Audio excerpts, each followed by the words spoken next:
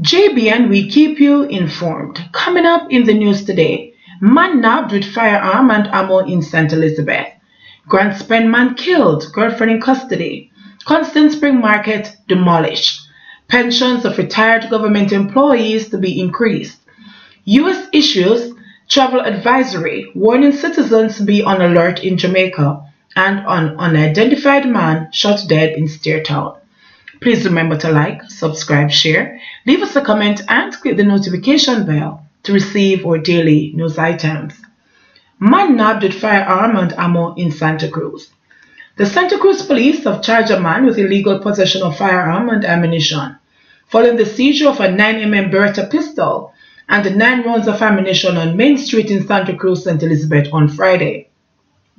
Reports are that about 2:30 p.m., the police were on an operation when on their approach to a restaurant, a man aroused their suspicion.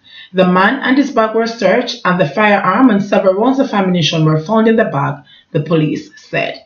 He was arrested and charged. However, his identity has been withheld at this time. Grand spend man killed, girlfriend in custody.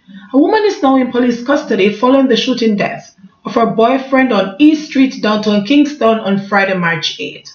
The Central Police, which is now probing the death of Shane Walker of a Grand Spend address, reported that lawmen were called to the area about 7 a.m. where his body was seen with gunshot wounds.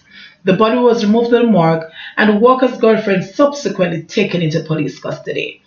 Constant Spring Market demolished. The Constant Spring Market in St. Andrew has been demolished. It marks the end of a long-running impasse between the Kingston and the St. Andrew Municipal Corporation, KSAMC, and the persons operating businesses inside the market, some of whom have been there for decades. Neville Solomon, who operated a tire shop at the market for 35 years, was on hand as workmen with heavy-duty equipment took the facility apart. The impasse started in 2017 when the KSAMC indicated that the space occupied by the market was needed to facilitate the expansion of the Constant Spring Corridor as part of government's road improvement project. Vendors and the business operators were previously given a March 31, 2018 eviction date, but that was later extended to September 30, 2018. They twice got the court to issue injunctions blocking the KSAMC from demolishing the market.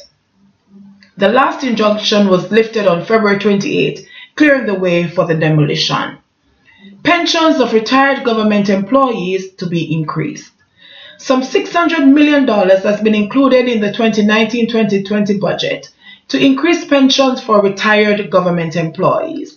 Opening the 2019-2020 budget debate in the House of Representatives, Minister of Finance and the Public Service Dr. the Honorable Nigel Clark said this is in addition to the $600 million increase applied in the 2018-2019 and approved by Cabinet just a few weeks ago. He said the majority of this increase is allocated to persons who receive the smallest pensions. Earlier this year, the National Insurance Scheme, NIS pensions, were also increased and the minimum wage was adjusted upwards. Currently, there are over 120,000 NIS pensioners who benefited from a 14% increase in their pensions. We also have over 350,000 persons enrolled, and the Ministry of Labour and Social Security is employing strategies to expand coverage, Dr. Clark said. U.S. issues travel advisory, warning citizens to be on alert in Jamaica. The United States Department of State has issued a travel advisory for citizens traveling to the Caribbean island. In the advisory, the Department of State issued a Level 2 warning, calling for visitors to exercise increased caution in Jamaica due to crime, while adding that violent crimes such as home invasions, armed robberies, and homicide is common. There are 4 travel advisory warning levels, ranging from exercise normal precautions to do not travel. The advisory, which was issued on Friday, claimed that sexual assaults occur frequently, including at all-inclusive resorts. Jamaica's tourism product was negatively highlighted in October of last year when a national newspaper in America, USA Today, reported that the island's tourism sector was facing a historic sexual assault problem. USA Today published that 12 Americans were allegedly raped in Jamaica in 2017, with half of them inside gated resorts by hotel employees. The USA report followed an incident in September last year where 2 female tourists were allegedly raped by an entertainment coordinator at a popular resort in St. James. The Detroit Free Press and other American news media released an investigation about 2 U.S. females who were raped by 3 employees at a popular hotel resort on Jamaica's north coast. In response to the sexual assault allegations within the tourism sector, Tourism Minister Edmund Bartlett had ordered an intensive security audit of the sector, including hotels and attractions island-wide. The second phase of the security audit being undertaken by the Tourism Product Development Company Limited, TPD Co., is to be completed in June of this year. Meanwhile, Friday's travel advisory for Jamaica has warned U.S. citizens not to visit certain neighborhoods of Kingston and Montego Bay because violence and shootings occur regularly in those areas. It also noted that U.S. government personnel are barred from driving outside of certain neighborhoods of Kingston at night. The travel advisory listed the following areas that Americans should avoid when traveling to Kingston because of violence: Cassava Peace, downtown Kingston, defined as between Mountain View Avenue and Hagley Park Road, and south of Halfway Tree and Holdope Roads. Downtown Kingston includes Trenchtown, Tivoli Gardens, Harnett Gardens, Grand Spen, and the Standpipe. According to the travel advisory, violence and shootings occur regularly in some areas of Montego Bay. Do not travel to the following areas: Canterbury, Clever Street, Flankers, Hart Street, Norwood, and Rose Heights. The advisor said Spanish Town in its entirety should not be visited. Local police lack the resources to respond effectively to serious criminal incidents, the U.S. Department of State noted in its advisory. However, the U.S. government told its citizens that if they decide to travel to Jamaica, they should avoid walking or driving at night, avoid public buses, avoid secluded places or situations, including in resorts. Do not physically resist any robbery attempt. Be aware of your surroundings and keep a low profile, the advisory stated. Enroll in the Smart Traveler Enrollment Program STEP to receive alerts and make it easier to locate you in an emergency. Follow the Department of State on Facebook and Twitter and review the Crime and Safety Report for Jamaica. Meanwhile, the U.S. State Department has Level 2 travel advisories in 57 countries, including popular travel destinations such as France, Germany, Spain, and the Netherlands, according to U.S. media reports. Those advisories mostly stem from an uptick in terrorism concerns in Western Europe. Antarctica also has a Level 2 travel advisory because of environmental hazards posed by extreme and unpredictable weather. 14 Level 3 advisories are presently issued.